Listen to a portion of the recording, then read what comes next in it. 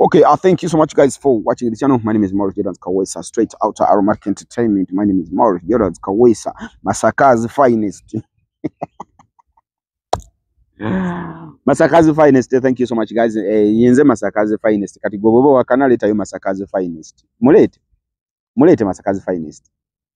Waliwo amawulire agenzize okubawa agali mu Aromatic Entertainment ate nga tegalinda nenga sinabawo mawulire njagala kusooka ate okubeebaza mwena abasobodde okucelebratinga mukama waffe Asa Ahmed Ruwa ne mumutimba ku platforms zammwe ne mumutimba buli wonna we mwasobodde okumutimba naffe bwe twataddeeyo nimba nga ate mucommentinga ku videos zaffe with positive comments. Guys, thank you so much. Mwebale kwagala mukama waffe, mwebale kwagala Aromatic Entertainment at large. Thank you so much. Oyo nno Asa Ahmed Ruwa akanyumidde mu birthday y'omulundi guno ku Asa Ahmed Ruwa nti bassa babadde babiri Asa Misa Semakula ne Asa Ahmed Ruwa. Mwebale nnyo, mwebale ddala. Anyway, nga sinagenda mawulire gembaleetedde njagala kusooka okubeera nga ate neebaza bannamasaka mwena mwebale nnyo, mwebale ddala. Customer care, twabadde ne customer care e Masaka ate nga n'olunaku olwaleero era tuli Masaka gye tuli e Masaka tugenda kubeera nga ate era tuzannya customer care live on stage. N'olwekyo abantu bekyotera mubeere nga ate muli ku bulinzi, mubeere nga ate muli bulindaala okubeera nga ate ku ssaawa endazaanyi inaatera okutuuka okulaba nga ate customer care live on stage. Tuwerekeddwako abantu bonna Aromatic Entertainment bweranga nti Aromatic Entertainment egenda kuzannya film. Yes, ezannya era ebawa kyonna yeewaayo kyonna kirungi n'ekibawa. Mwebale nnyo.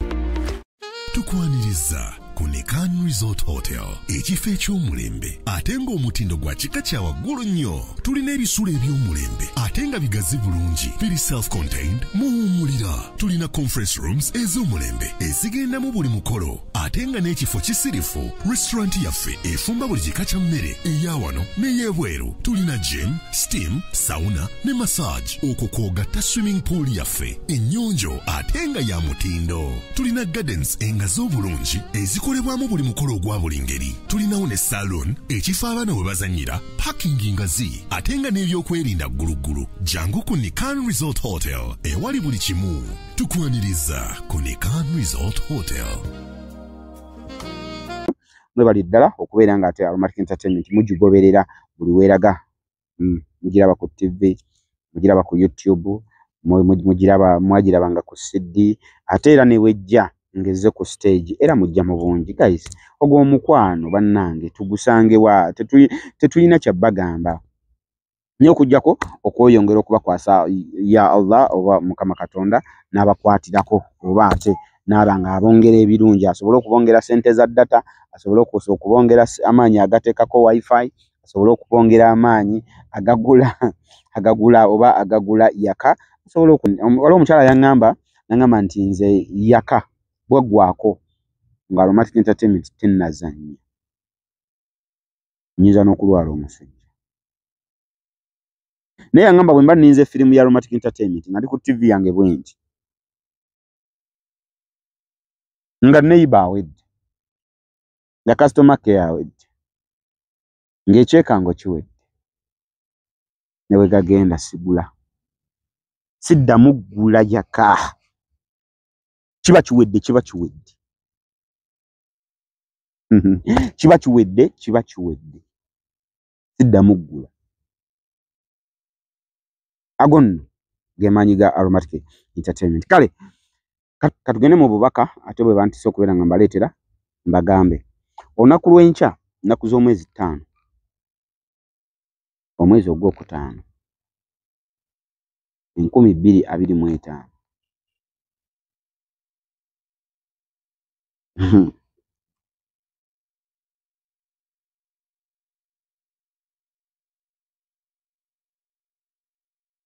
Ka pressure mukawulira ka pressure. So ngenda kukusaba olunaku olw'enkya ngenda kukusaba gwe bw'obanga olabira ku ssimu, please charging essimu yo ebeere nga kweri ng'eriko omuliro gujjudde. Gwalabira ku laptop ngenda kukusaba charging laptop yo ebeere nga ejjudde. Abalabira ku devices ez'enjawulo mwena alabira ku TV yo ng'olina smart TV nga gwe mu wa subscribinga ku TV na smart TV beera nga ate onyiga beera nga tamasanyalaze yakakwali ngawera bulungi ku sawa 2 ku lunaku olw'enkya gena kubeera nga ate tusaba okulula firimu yaffe emanyidwa nga Pressure. Emanyidwa nga Pressure. Aromatic Entertainment mu firimu ze yakakola nze nabagamba nti omuntu yenna oba kale bwoba oli mu art industry nenda sina mu art industry omuntu yenna katugeze kati olaba makanika bw'akanika emmotoka n'agivugamu n'akomawo n'agipaakinga n'atuula n'akola mu binabona ebe munyumidde bro naye aba yeekakasa nti omulimu gwakoze mulungi era ng'agwagadde. House manager bw'akwata ekisiimula n'asiimula ennyumba bw'ati n'agisiimula yonna from the start to the end n'agiyitamu bw'ati ebigere mbutuufu n'addamu n'akwatawo bw'ati ku tiles wansi n'akola bw'ati nga tewali katakata agamba yes. Kitegeeza omukozi yennyini yasoose okunyumirwa nga boss gwakoledde tannaba kunyumirwa. What is my point? Bwe nkola movie singa nkola movie nenjiteekamu wali neetanyumira trust me naawe tegenda kunyumira. Nze bwetanyumira nze agikoze naawe tegenda kunyumira. Nakugamba Aromatic Entertainment naffe tudda wali ne twerinda n'otuule waka bwoti nga bagambye agenda giteekayo ku ssaawa n'otuuke waka n'otuule waka bwoti ku TV n'olinda notification oligira tedini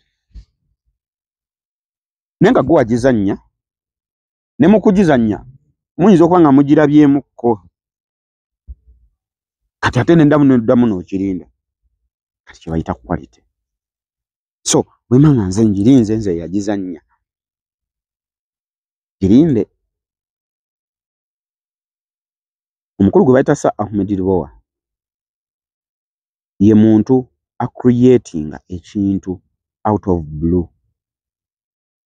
That's why we are still number 1. That's why we've been number 1 for a long time. Nga tetuvaako ate ngira tukyali number 1. Tuli ku mutwe gwani gwa Sir Ahmed Ribowa.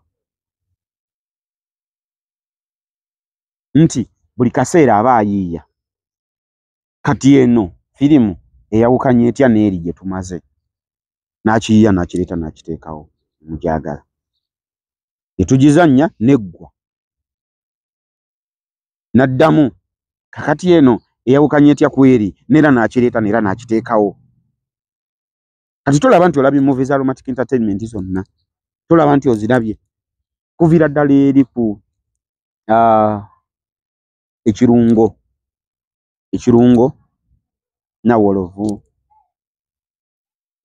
ntununsi best friend climax customer care kebisebuka promise movies nyingi za Aromatic Entertainment nyingi paka ku customer care season 1 customer care season 2 customer care season 3 paka ku damage ntizo na movie tuzirabye. Neno bate bagiyita movie yo bagiyita cinema. Pressure. Hey. Pressure.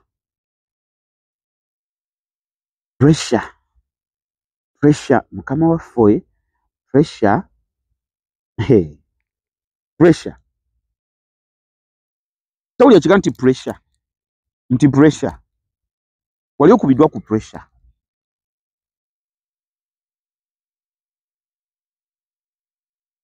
Tulinde pressure. Nakulwanja. Tulinde pressure. Kugambi. Tokkiriza kusubwa episode yonna. Tokkiriza kusubwa episode yonna eya pressure. Tokkiriza kusubwa episode yonna eya pressure. Alright. Ntumiddwa era obubaka nzije mbagambe nti ntumiddwa era obubaka nzije mbagambe nti tubadde mutuwa ebibuuzo bingi nga mubuuza ku Luxury season 2, nga mubuuza ku VIP season 2, nga mubuuza ku Neighbor season 3, nga mubuuza nga mulina ebibuuzo ku movies ezo 3. Ndi wano okubagamba era okubategeeza nti amanyi bwe baba bawandiika olugero bawandiika movie from the start to the end. Kakati bwe tugizannya era tugizannya ne tugiva gyetandikira paka gyekoma. Kitegeeza nti movie eyo bwe tugituuka bwekoma eba ewedde.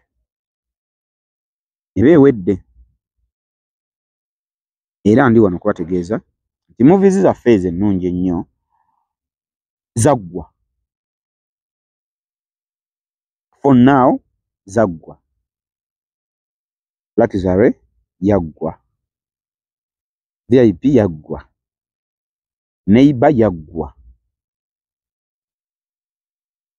Teriyo party ndala oba teriyo season ndala okujjako ng'era mukama waffe agambye nti naye nedda eno firimu okusinziira ku bafanizi baffe tugikole bwe tuti tukoleyo season ndala. Era nja kujja wano mbagambe ne ku platforms zaffe zonna eza Aromatic Entertainment bajja kubagamba. But for now ega amawulire agaliwo, yo information eriwo for now. Yo information eriwo nsobodde okubeera nga ate mbaleetera mbagambe. That is 1. 2. Nyongerera ntumiddwa okwongera okubajjukiza oba to aware. This is it awareness? Yes, awareness. Okwongera obbagamba okwewala abafere. Bannange mwewala abafere. Tubeegayiridde mwewala abafere. Tubeegayiridde mwewala abafere. Video zange zino 2 ngezezaako okugamba nti bw'otalaba information ku platform nga platform eyo ya muzannyi wa Aromatic Entertainment nga wali omulabyeko mu movies za Aromatic Entertainment, please don't take that information serious. Okujjako information ng'ogirabye ku YouTube channel ya Multidance K Media, ng'ogirabye ku mukutu gwaffe gwa Aromatic Entertainment YouTube channel ne Facebook page, ng'ogirabye ku mukutu gwa mukama waffe Sir Ahmed Lubowa ali ku Facebook kwokka. Eriko Ahmed Lubowa. Tali ku TikTok. Tali wantu wonna. Era abali bakozesa platforms zaffe, abali bakozesa erinnya lyaffe erya Trust Films nga bataddewo Trust Films TikTok, teriyo nga bataddewo Aromatic Entertainment TikTok, teriyo. Please, teriyo. Tobbibwa mu bugenderevu.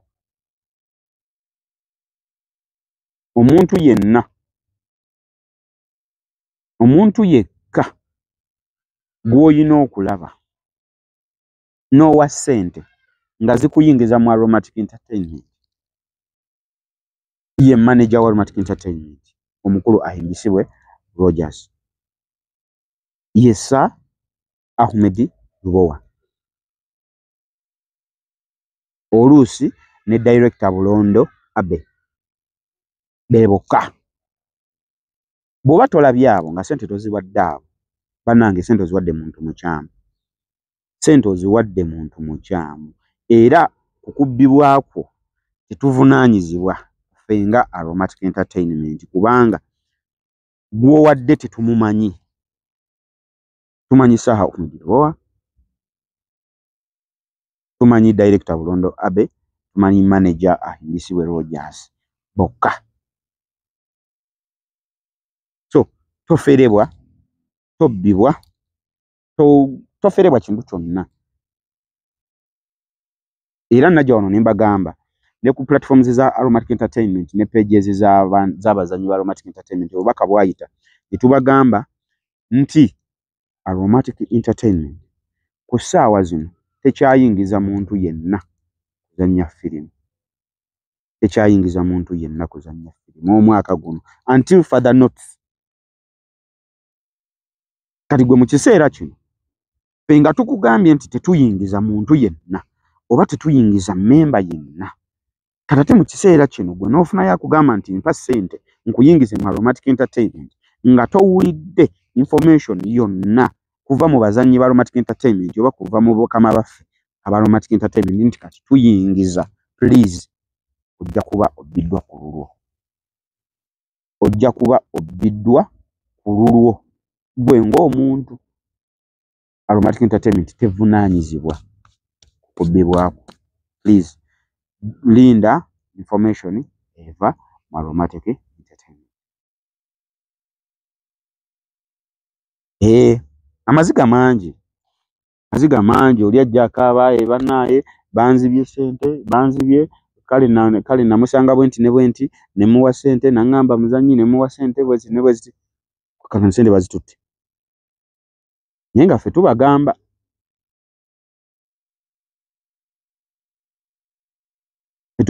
all the time. We tell you guys tubagamba temukola kino na kino naye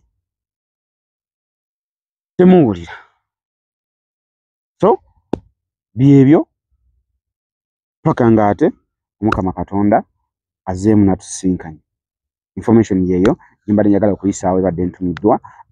Till next time, Bampita Morris, Jordans Kaweesa, the straight outer Aromatic Entertainment. Abagenze ku church olwaliro mukulikireyo ddala. Nammwe abagenze ku muzikiti ku Friday nammwe mukulikireyo ddala. N'ababadde ku church ku lunaku lwa Saturday kuba waliwo bannaffe abagenda ku church ku Saturday nammwe mukulikireyo ddala. Eddiini ezo mmwe naffe eddiini ezo ffenna ab'eddiini ezo Mukama Katonda tusinze omu era atwebaza era atusanyukira bwe tugenda ate okumusinza. Nammwe abajjajja Lubowa nga muli bansaasi jjajja Mukasa jjajja Nambaga nga gwoli wansaasi nammwe jjajja abampeera omukisa era mwebali nnyo mwebalire ddala bweza bamukasa. Kale usule bulungi Bampita Morris Jordans Kaweesa, straight out Aromatic Entertainment, and until we meet next time. Love you guys and have a blessed night.